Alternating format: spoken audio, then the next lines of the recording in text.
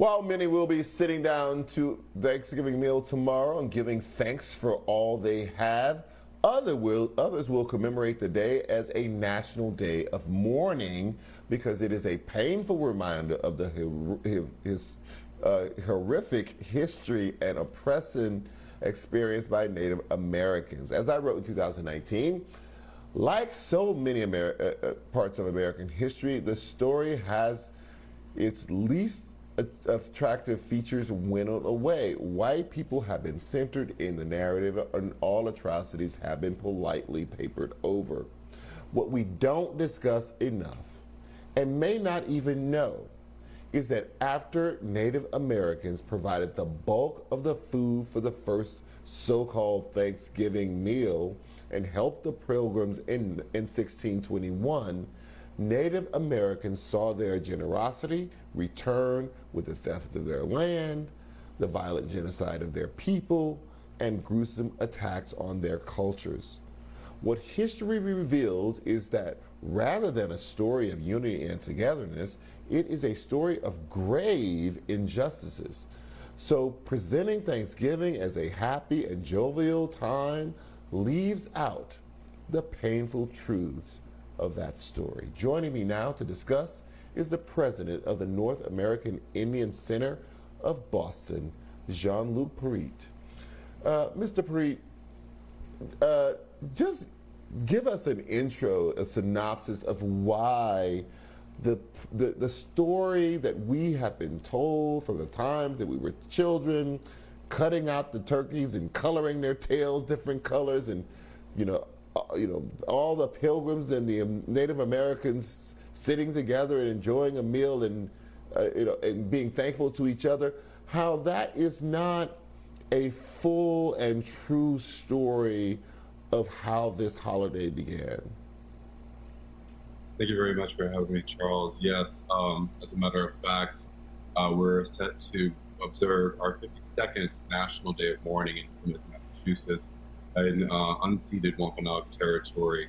And dating back to 1970, when Wamsutta Frank James' first speech to commemorate the 350th anniversary of the landing of the Mayflower actually laid out some of the facts behind the history of Thanksgiving. As a matter of fact, the timeline's a little bit off because according to Wamsutta Frank James, 4 days into the exploration of Cape Cod by the Pilgrims, it was at that point when graves started being robbed and food was being stolen. And as a matter of fact, it wasn't until probably about almost 20 years after the fact, in 1637, when Governor Winthrop actually called the first day of Thanksgiving to actually mark the massacre of 700 unarmed Pequot men, women, and children. So it's actually, a very historically, of course, it's very very traumatic. But we also want to highlight exactly what's going on with our people today. What does that extraction, what does that violence mean for our people today? And also, what does that mean about the resilience of our community? So, everything about the holiday, the more I have researched it, just feels like it was wrong. The way it was presented, you learn about this in school, like as a young person. You always present it with the idea that it was either more Pilgrims than Native Americans, or that they were kind of equally present. That also was not true. These Pilgrims were sick and dying, and there was only a few of them. And the people present there, the most of them were indigenous people. Even one of the most famous classical paintings that depict this depicted as Pilgrims sitting upright at a table, all polished, and Native Americans, a few of them, sitting down on the ground, aside, or to the side.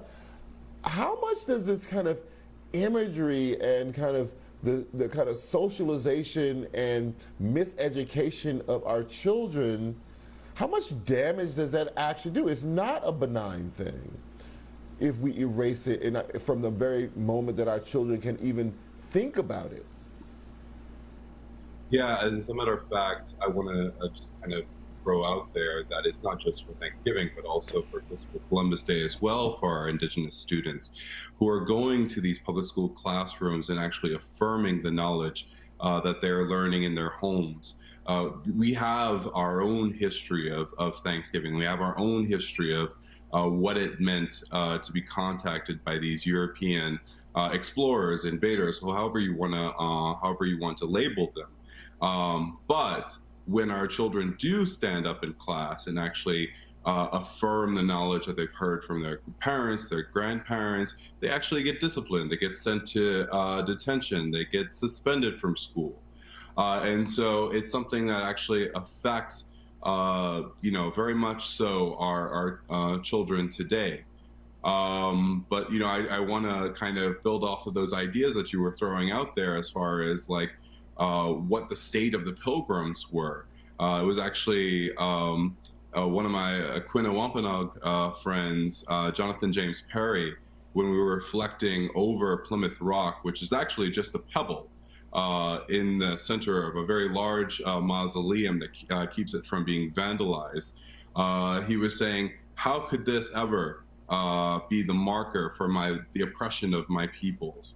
How could this ever be sort of this legacy of a bunch of homeless people, basically, that came to these shores and, Right. and were lost, and we gave them everything. So, Right. Jean-Luc Pierite, thank you so much for joining me tonight. And everyone, when you're having Thanksgiving dinner tomorrow, remember there's a bigger story, a fuller story about what happened on the first Thanksgiving and in the years and decades that followed.